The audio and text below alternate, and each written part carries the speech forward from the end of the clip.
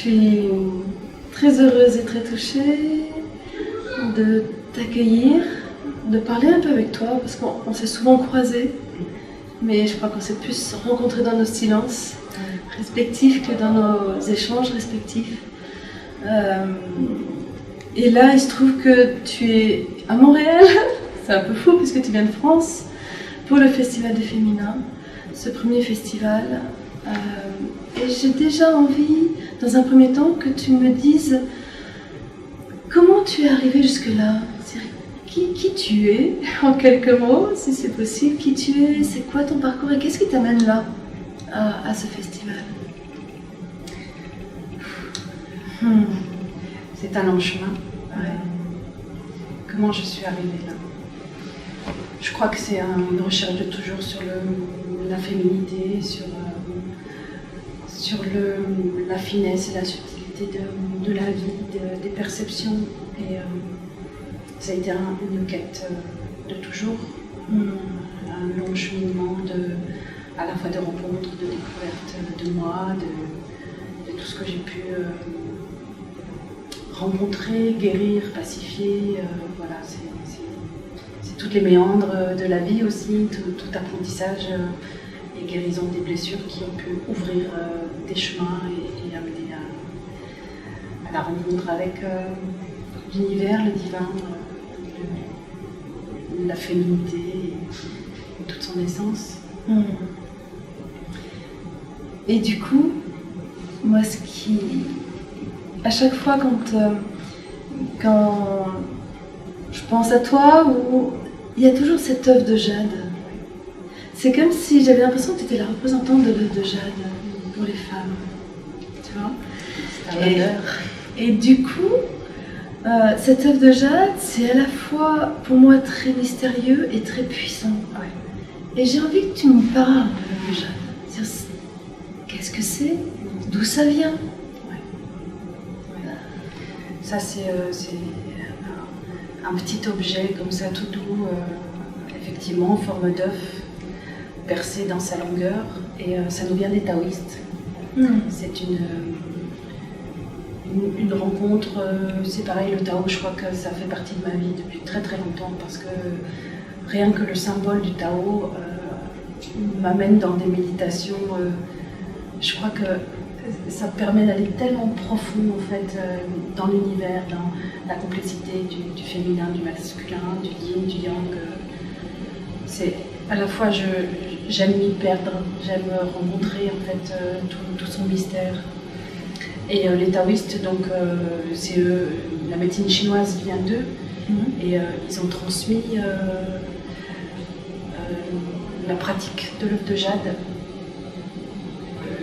d'une manière assez simple, et en même temps ça a traversé les âges, on sait presque pas comment, il y a quelques écrits, il n'y en a pas tant que ça. Et les femmes taoïstes étaient très conscientes de tout ce qu'elles vivaient dans leur corps, probablement bien plus dans une subtilité bien plus grande que ce qu'on connaît nous. Et il y a eu un moment où elles n'avaient plus accès à la connaissance, elles n'avaient plus le droit d'apprendre à lire ni à écrire. Et en fait, elles ont transmis tout cet enseignement en inventant un alphabet qu'elles brodaient dans les vêtements de leurs filles pour que ça parvienne jusqu'à nous. Alors voilà, ce petit objet, il est symbole de toute la liberté et toute la grandeur que le féminin peut créer, inventer pour que, coûte que coûte, ça transmette, ça traverse les âges. Voilà. Donc cette pratique de l'œuf, c'est une pratique simple qui permet à la fois d'adoucir, d'apaiser tout ce qui est en lien avec le vagin. Je pense que les filles, je dis je pense parce que j'ai pas trouvé beaucoup d'écrits là-dessus, mais je pense que les filles étaient initiées vers l'âge de 10 ans, que c'était un apprentissage en fait de la sexualité. Parce qu'évidemment, le but, c'était pas de mettre l'œuf à l'intérieur, c'était déjà de rencontrer la porte d'entrée du vagin et d'apprendre à l'ouvrir, à la dilater, à sentir si les muscles, si tout s'ouvre, devient humide, enfin voilà, si les flux féminins amènent plus de vie et de plaisir. Et c'était évidemment un magnifique apprentissage pour accueillir un homme après, bien sûr. Et du coup,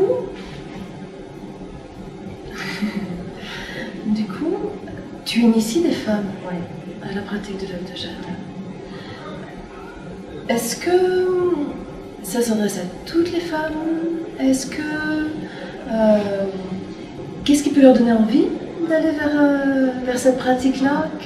Tu vois, comment tu les touches? Ce que j'aime beaucoup, c'est dans ma pratique de thérapeute, j'ai commencé à faire un travail sur les femmes et je me suis rendu compte qu'une fois de plus, c'est un peu comme si une femme allait chez le gynéco et attendait que tout se passe. La pratique de l'œuvre de jade, c'est justement un moyen de se réapproprier son corps parce que c'est un automassage. Les femmes, en fait, elles vont elles-mêmes faire la pratique chez elles à la maison.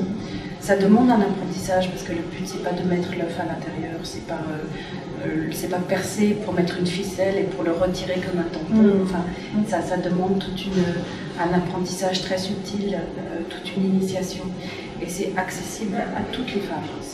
Pour le coup, c'est quelque chose d'absolument merveilleux, particulièrement pour les femmes qui ont du vaginisme, qui ont des tensions, des douleurs, parce que ça permet de détendre, de dilater. Comme le but n'est pas de mettre l'œuf à l'intérieur, cette entrée-là, elle va pouvoir petit à petit se détendre. Et l'apprentissage avec cet œuf, c'est de comprendre, de faire des liens et de comprendre dans notre vie toutes les fois où on va forcer, toutes les fois où on va chercher à aller au-delà de ce que à l'intérieur il y a une petite ouverture ou il n'y a pas d'ouverture. Et le fait juste de tenir l'œuf, ça peut donner beaucoup d'indications parce que la manière dont on va avoir envie d'appuyer, de forcer pour qu'il rentre, ça va nous montrer aussi qu'est-ce qu'on fait dans notre vie en fait, qui force comme ça, où je vais forcer à vouloir, à aller vers, enfin, mais d'une manière qui blesse finalement notre féminité. Ok. Et du coup, une femme qui aurait envie effectivement d'aller vers cette pratique de l'œuvre de jade, c'est quelque chose qui doit être fait régulièrement, c'est quelque chose qui prend du temps, c'est des rendez-vous qu'elle se donne avec elle-même, oui, c'est déjà ça. Oui, c'est-à-dire qu'au départ, il y a un petit apprentissage, petit, grand, enfin voilà, c'est tout ce lien entre l'univers et l'infiniment petit. Il y a quelques mouvements, il y a quelques respirations, enfin voilà, il y a un temps d'initiation pour être consciente d'un ensemble. En fait, la respiration et les mouvements du corps nous emmènent dans une forme de vague qui fait qu'on va pouvoir se laisser aller, se détendre et s'ouvrir. Et ensuite, l'œuf vient. Il vient rencontrer l'entrée du vagin. Il vient aller justement très en douceur, masser, et il vient ouvrir et détendre. Alors les rendez-vous avec soi, après, ça peut être un tout petit moment, 1, 2, 3 minutes, le soir par exemple avant de s'endormir. Ça peut aider à se détendre très profondément. C'est surtout un rendez-vous régulier qui va amener en fait à plus de détente, à plus d'ouverture. C'est une profonde rencontre avec soi. Alors j'ai parlé des douleurs, mais en même temps, une femme qui a déjà une bonne sexualité, qui ressent beaucoup de plaisir, elle va pouvoir décupler en fait ses sensations en allant dans l'infiniment petit, aussi du mouvement, des respirations amples et longues. Très intéressant. Très intéressant. Est-ce qu'il y a des femmes qui vont effectivement vers cette pratique de l'œuvre de jade et qui après se rétractent ou en repartent Je crois pas. Enfin, en tout cas, j'aime la mener d'une manière très très douce. Et comme c'est une rencontre avec soi, dans cette douceur-là, il n'y a pas... Après, ce qui peut arriver, c'est que les femmes le laissent de côté, l'oublient, comme elles oublient en fait cette partie-là de leur corps et que voilà, il y a un moment où finalement ça nous rattrape et ça nous donne envie de revenir vers soi, vers son énergie divine, vers sa vitalité. Et le plaisir d'être là et d'être en lien avec soi et avec l'autre. Est-ce qu'il peut y avoir des pièges ou des obstacles à cette pratique?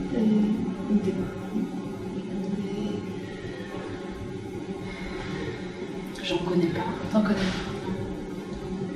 Des pièges, après il y a des mémoires qui peuvent venir, qui peuvent des vécus, des traumatismes, des blessures qui peuvent remonter, ça oui, ça peut arriver. Et je dirais pas que c'est le but, mais le but c'est justement de pacifier tout ce qui nous empêche d'être dans le moment présent et pleinement extatique. Ce que j'aime dire en fait dans mes ateliers, c'est que nous sommes naturellement extatiques. Et naturellement, nous pouvons orgasmer devant un coucher de soleil. Il y a juste quelques voiles, plusieurs, qui nous empêchent d'être dans notre nature, dans notre vraie nature. Après, voilà, il y a un petit travail qui permet de nettoyer, de s'ouvrir, nettoyer, non pas parce que c'est sale, mais juste parce qu'il y a des choses qui nous encombrent et nous en libérer permet d'être libre. Et tu penses que une femme qui aurait envie d'aller vers cette pratique-là, il est beaucoup plus recommandé d'avoir cette initiation que de se lancer toute seule à la découverte de ça? Absolument. C'est vraiment passer à côté de l'essentiel. Bien sûr que cette rencontre, si elle est faite d'une manière très très subtile, elle va pouvoir ouvrir plein d'univers. L'histoire, c'est que justement, dans notre féminité, on n'a pas appris à être dans cette subtilité, dans cette lenteur, dans un apprentissage millimètre par millimètre de la découverte de tout ce que peut nous révéler notre corps. Et on va avoir tendance à aller vite et à aller justement le mettre à l'intérieur, par exemple, tout de suite. C'est comme passer à côté d'une première fois. Avant la première fois, c'est avant la première fois. Et après, ça ne sera plus jamais pareil. Voilà. Donc cette rencontre justement avec l'entrée du vagin permet cette écoute et permet en fait, dans les écrits taoïstes, il y a une phrase qui dit attends, avant une pénétration, attends que la femme supplie son amant pour qu'il rentre. Et c'est quelque chose comme ça qui se passe aussi avec l'œuf. Il y a une ouverture qui est telle, qu'il y a une demande qui vient du corps et pas une espèce de volonté qui veut que ça rentre, qui veut que ce soit en force. Donc du coup là, trop de subtilité nous échappe.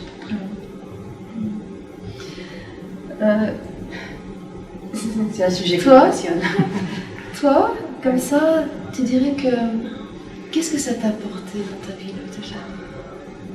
Bah justement, je crois de rentrer dans une grande subtilité et dans une conscience en fait de ce lieu du corps et de la matrice, de cette porte d'entrée de notre grotte sacrée. Osho, par exemple, est un philosophe indien qui dit que la sexualité est le moyen d'accéder à l'éveil, le moyen le plus simple et le plus rapide. Et voilà, je crois que ça permet tellement de rencontrer quelque chose, il n'y a même pas de mots en fait, de rencontrer l'infini, le subtil, l'amour, la fusion, l'alchimie de l'eau, du feu, enfin voilà, ça amène à toute cette... toutes ces pratiques qui sont, je crois, une discipline de vie et une conscience de l'univers et de l'interaction avec l'ensemble de l'univers. Du coup, des femmes qui auraient envie de faire cette initiation, comment est-ce qu'elles te contactent? Comment est-ce qu'on te joint? Voilà. Alors, j'ai un site qui s'appelle La Magie. D'accord. Voilà, c'est l'âme qui agit. Ouais. Et je suis aussi sur le site de Méditation France. Oui. Voilà. Après, c'est aussi possible de me contacter via Rêve de Femme, qui est une association dans laquelle je participe activement. Et cette association crée une revue qui paraît à chaque saison et un agenda lunaire Voilà, peut-être je peux montrer. Oui, tu peux les montrer.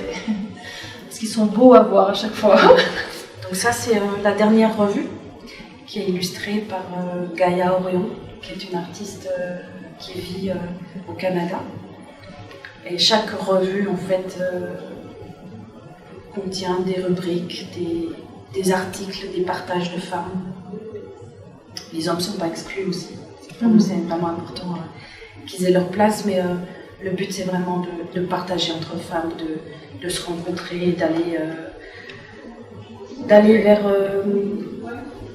une diffusion de la profonde connaissance du féminin. Voilà. Et cet agenda, qui est l'agenda Révèle, est en lien avec l'énergie de la Lune que nous portons tellement dans nos cycles, dans nos corps. Et c'est illustré par une vingtaine d'artistes du monde entier. Qu'est-ce que je peux dire de cet agenda? Tu le connais? Un peu. Ok. Il permet en tout cas de mettre quelques grammes de beauté dans notre quotidien, dans la prise de rendez-vous, dans toute l'ouverture au féminin qu'on peut mettre justement dans notre quotidien qui peut être un peu dur parfois. Moi, je trouve qu'il apporte beaucoup d'informations et qu'en même temps, il a des côtés très pratiques. Oui. Il arrive à lier les deux, tout en ramenant vraiment la femme à cette cyclicité, que ce soit cyclicité de la Terre, que ce soit cyclicité d'elle-même, que ce soit cyclicité de la Lune. Et voilà. Du coup, j'aime bien. Merci. Voilà.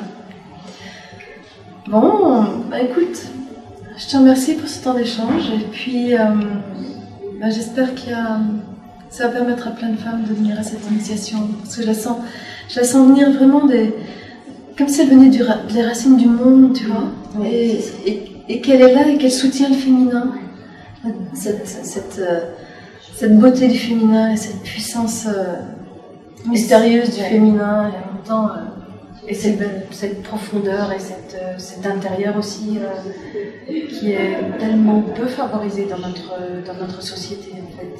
C'est ce qui fait que se rassembler, se rencontrer dans notre intériorité, ça permet de nous rencontrer aussi entre femmes dans quelque chose de bien plus grand en fait que toutes les petites difficultés qu'on peut rencontrer parfois qui sont de l'ordre de de l'inverse de la sororité en fait, toutes les rivalités qu'on peut rencontrer, voilà, ça permet d'aller nous rencontrer dans le cœur et dans nos utérus. Merci beaucoup à toi. Merci de cette invitation.